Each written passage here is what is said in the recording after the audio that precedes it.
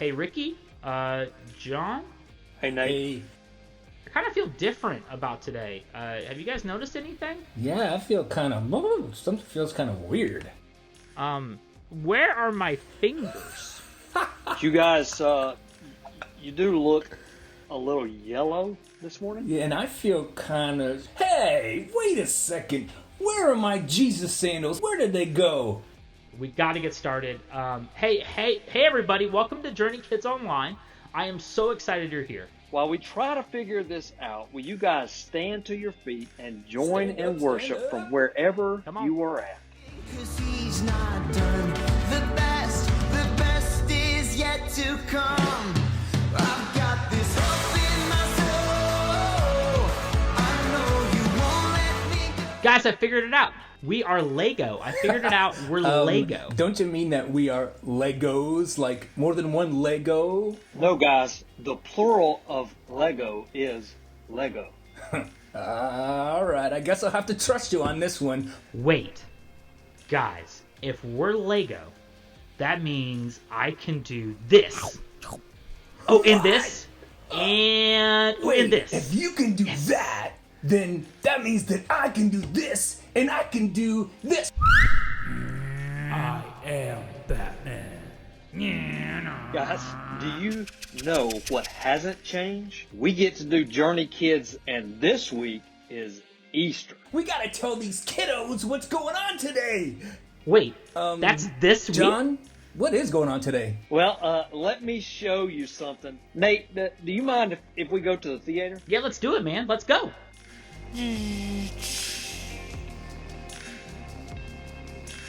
Let me show you a little something. This egg, if I was to tell you I was going to smash this on Mr. Nate's head, some of you may think, Smash it, smash some may it. think egg's going to come out. No, thank you. Some would probably say, well, no.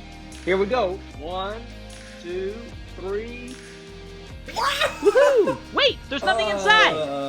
Where'd all the stuff go? What? That's no fun. There is absolutely nothing inside this egg.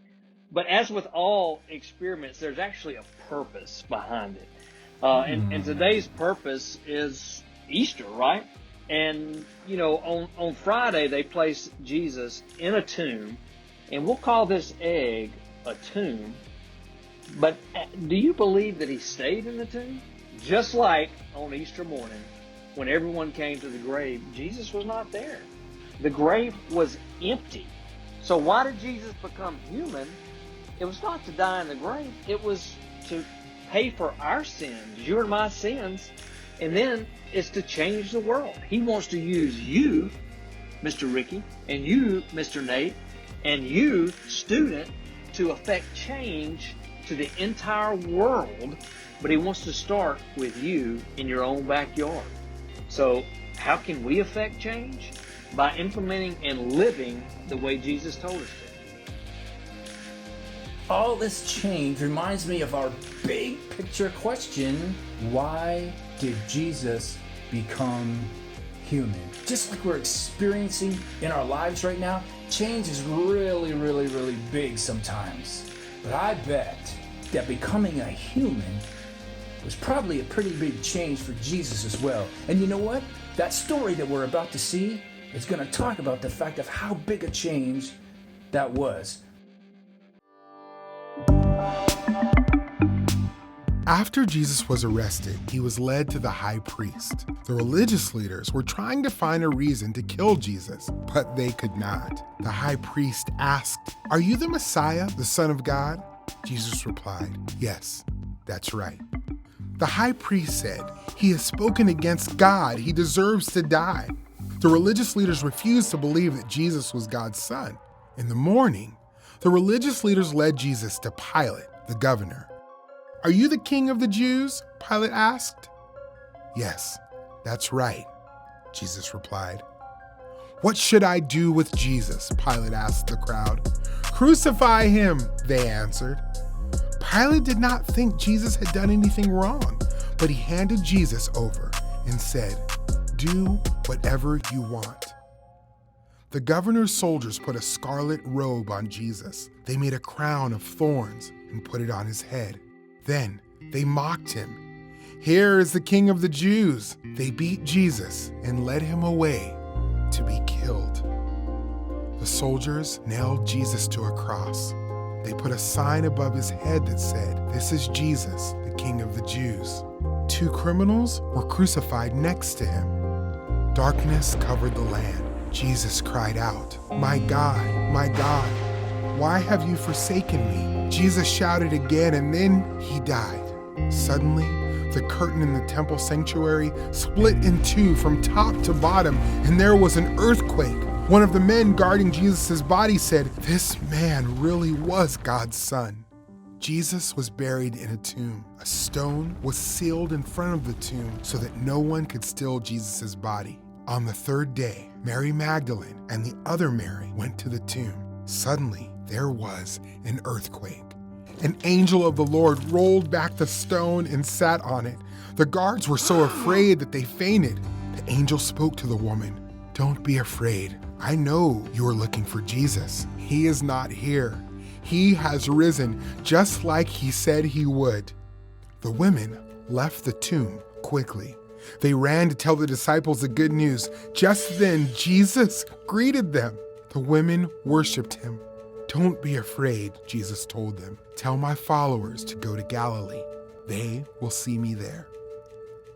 Jesus appeared to Peter and then to the other disciples. Jesus also appeared to more than 500 people who followed him. Many people witnessed that Jesus is alive.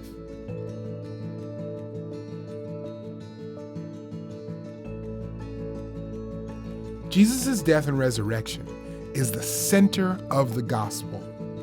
In Adam, we were spiritually dead in sin, but Jesus died to pay for our sins. Jesus is alive. God gives new life to everyone who trusts in Jesus. Man, that question was perfectly answered. I hope that you saw it in there. That story sometimes actually had some really sad parts to it, but I don't think Jesus came for sadness. I think actually Jesus came for victory that we get to experience. Why did Jesus become a human? And it wasn't so that he could rock out like we get to all the time or even get to play with Lego, but it was because he loved us so much that he considered it complete joy to serve us, to save us so that we could one day have the opportunity to be in heaven with him. So why did Jesus become a human? So that he could rescue us from our sins. You know, that Friday he went in the grave, but Sunday when they went back to it, it was empty. The exact same way when we cracked the egg open earlier, it was empty. You know, Jesus won and was not there. The grave could not hold him. Death could not defeat him. He defeated what we couldn't do, and that was he defeated death. He died for us, and that's why the grave was empty, that just like the egg earlier. The grave was empty. It was changed forever. And because of what Jesus did for us, when we trust him, we are changed forever too. Yes, forever and ever and ever we are changed because of what Christ did for us. He forgave us, and you know what we should do when we go and meet with our friends and talk with our parents? We should forgive others too. Jesus forgave us, and we should forgive others. And you know what? That's a whole lot better than a basket full of Cadbury eggs or Yellow Peeps. We should forgive others. That's right. Hey, you know what? Our friend Pastor Brian has a really good question from a kid about that. Let's check out this video.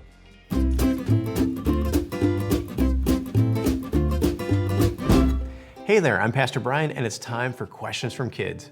Mateo from Mola, South Carolina asks, A kid at school said something mean to me. Do I have to forgive him? Mateo, let me just say this first of all. I'm sorry that somebody was mean to you. I know that's hard. We've all been there. The world is just a sinful place. People are mean. They say mean things, and it hurts. And so again, I'm just sorry this happened to you. Forgiving somebody is hard. wanting to forgive somebody is hard as well. And so your question is really significant to me and many others who are with you. So let me just kind of speak to this for a minute.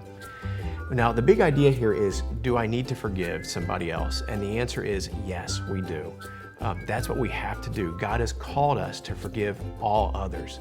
And let me give you the reason behind this. Hopefully it makes it a little bit easier to understand, get your arms around, and actually do. You see, when we think about forgiving others, we have to think about how God has forgiven us. That God sent Jesus so that he would die for us to provide forgiveness. And you know what? We were mean to God. We did nothing to deserve God's forgiveness. It's an act of grace alone. And so because of God doing that for us, when we really understand that, when we really start to understand that, man, I don't deserve God's forgiveness, but he gave it to me so freely and abundantly, without hesitation. And when I think about how God did that for me, then I should want to forgive others, right? We should want to demonstrate to others what's been given to us. So when you think about this person who said something mean to you, and understand they don't deserve your forgiveness, but neither do you deserve God's forgiveness. But God gave you his forgiveness, so we should give that other person your forgiveness. That's the way it's designed to work. And so operate from that heart position, that heart posture of saying, you know what? I know this person did something mean. They haven't even asked for forgiveness, but I'm going to strive to forgive them because God forgave me. And you know what could happen? When your friend sees you forgiving him for being mean, they may see a picture of the gospel. They may see that God is the great forgiver, and they may be drawn to him because of your act of forgiveness. So there's something bigger at stake here, isn't that? That's pretty exciting to think about. So I got a question for you. Do you think it's ever okay not to forgive someone? Why or why not?